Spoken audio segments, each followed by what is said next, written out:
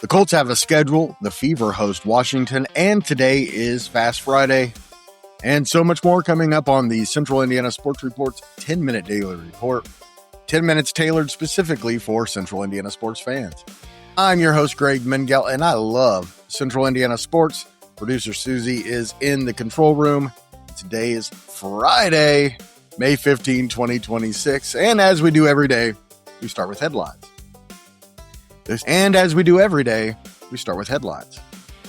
The Colts schedule is out, and it's not as easy as we've been led to believe. It's Fast Friday at the Speedway, the final tune-up for this weekend's qualifying. The Fever look to go above 500 for the first time this year at home against Washington. IU Softball gets underway in the NCAA Tournament Friday.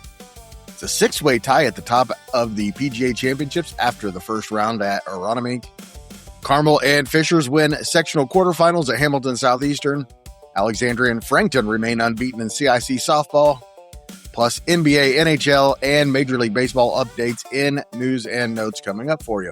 Before we get to all of that, just want to let you know that I'm a little behind this week, so no Purdue report, no Greg versus Will. Both will return next week.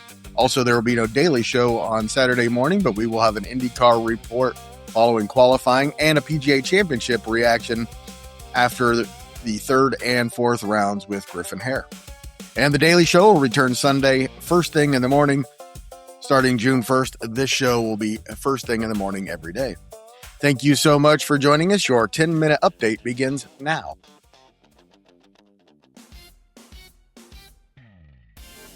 The NFL released its complete 2026 schedule Thursday for every team in the NFL, including your Indianapolis Colts. And what a tough start to the season for the Colts. I told you on yesterday's show it's rated the fourth easiest schedule in the NFL, but you wouldn't know it by looking at the first 8, 9, 10 weeks, that's for sure. It starts with Lamar Jackson and the Ravens at Lucas Oil Stadium, 1 o'clock Sunday, September 13th. Then they play the second Sunday night football game of the year against Patrick Mahomes and the Kansas City Chiefs. How's that for a start? After their first division game in Week 3 against the Texans at home, they go to London to face Washington. Then no week off before coming home and going directly to Pittsburgh to play the Steelers in Week 5. Whoa, that's tough. After Tennessee at home in Week 6, they go to Minnesota, then Jacksonville for back-to-back road games before hosting the Cowboys and Dolphins in Weeks 9 and 10. Then a Thursday night football game in Houston and a home game against the Giants on Thanksgiving week before their Week 13 bye. Then Week 14 is in Philadelphia. That is definitely not an easy schedule, man. And if they can be in position to win the division or make the playoffs, the last 4 weeks are actually pretty favorable. At Tennessee, home against the Bengals, at Cleveland, and home against the Jags. I see 6-11, but I said 5-12 last year, and they surprised me, so who knows? It's Fast Friday at the Indianapolis Motor Speedway, the final prep for this weekend's qualifying. All 33 entrants will run in qualifying trim on Friday with the extra horsepower. Cars took the track at noon, and the open session runs until 6 o'clock this evening. Pato Award was fastest on Thursday at 227.308, and the Meyershank trio of Marcus Armstrong, Felix Rosenquist, and four-time 500 champion Elio Castroneves were second, third, and fourth fastest, but it was mostly about qualifying setups and not as much pack running where you see the faster speeds. Takuma Sato, Alex Pillow, and the Penske's were fastest in that category on Thursday and should be serious factors in qualifying on Saturday and Sunday. Qualifying is scheduled to begin Saturday at 11 a.m., and the 16th through 33rd positions will be set heading into Sunday's drive for the pole.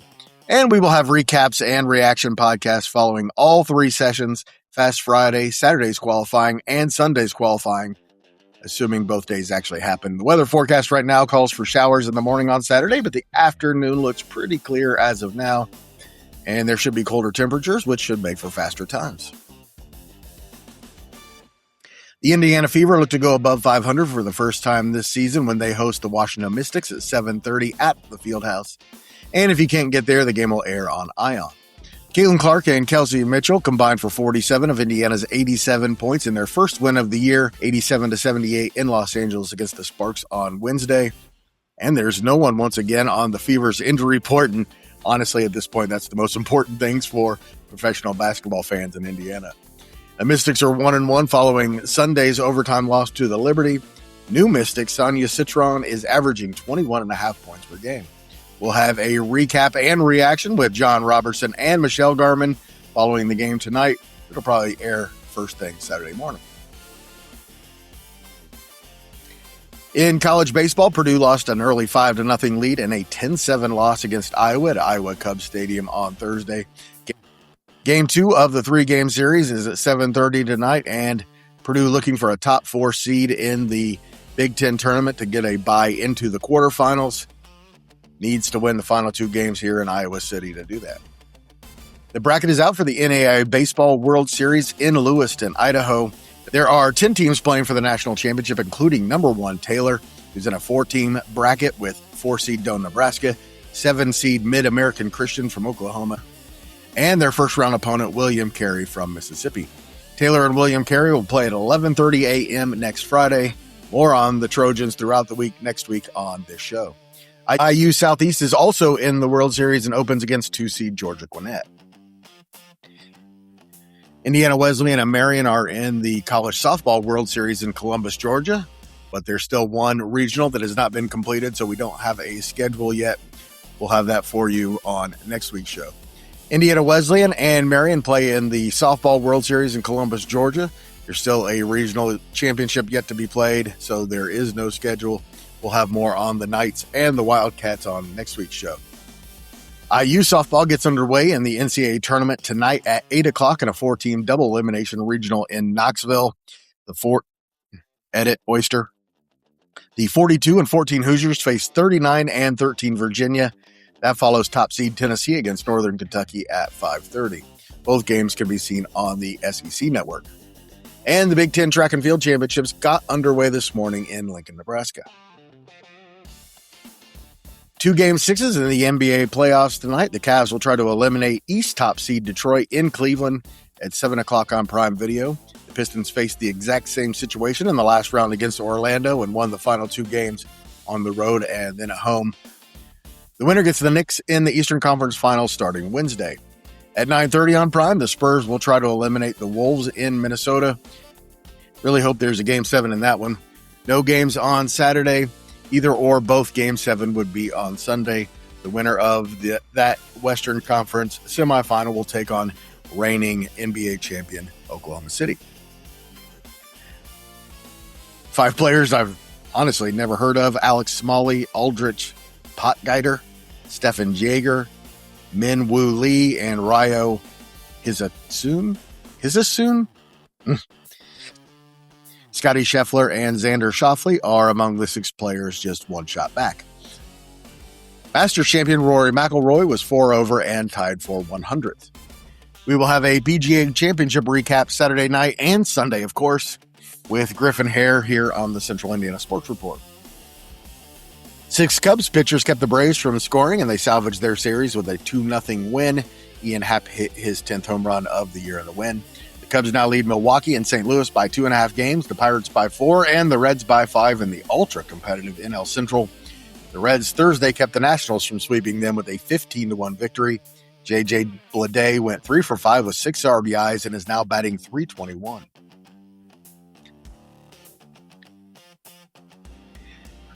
In the boys volleyball sectional semifinals Thursday night at Hamilton Southeastern, number 2 Carmel topped 4th-ranked Hamilton Southeastern in 4 sets, and number 15 Fisher swept Guerin in those 2 semifinals. The Greyhounds and Tigers will play the second semifinal on Saturday following number 10 Westfield against Noblesville, which begins at 11 a.m., the championship match at 7 that night.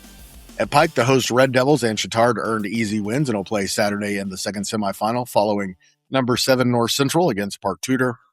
And defending state champion Ron Colley and number 6 Franklin Central advanced at Franklin Central. All 16 sectional champions will be crowned Saturday evening, and we'll have results for you on Sunday morning on the show. And Greenfield Central won its first boys Hoosier Heritage Track and Field Championship in 14 years, ending Mount Vernon's 5-year run as champions. Alexandria and Frankton both won softball games Thursday and will meet this coming Thursday for the CIC Championship. Alexandria beat Oak Hill 11-3. Stella Griffin had a double and drove in 3 for the 16-0 Tigers. Zoe Kopus allowed just 2 hits in Frankton's big 5-1 win over Mississinawa.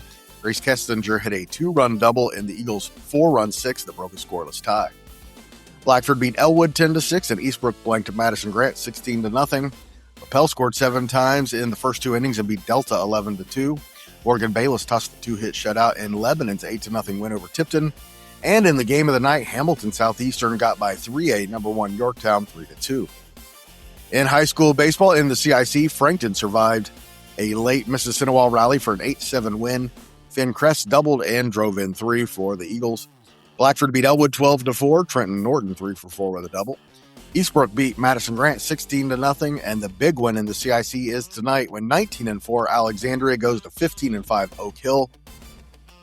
Alexandria will clinch the CIC championship with a win. Oak Hill will force a 3-way tie for the championship with the Tigers themselves and Eastbrook if they win. Some other scores of interest from Thursday in high school baseball. Northwestern beat Tipton 12-4. Landon Bagley had 2 doubles and a triple for the 17-3 Tigers.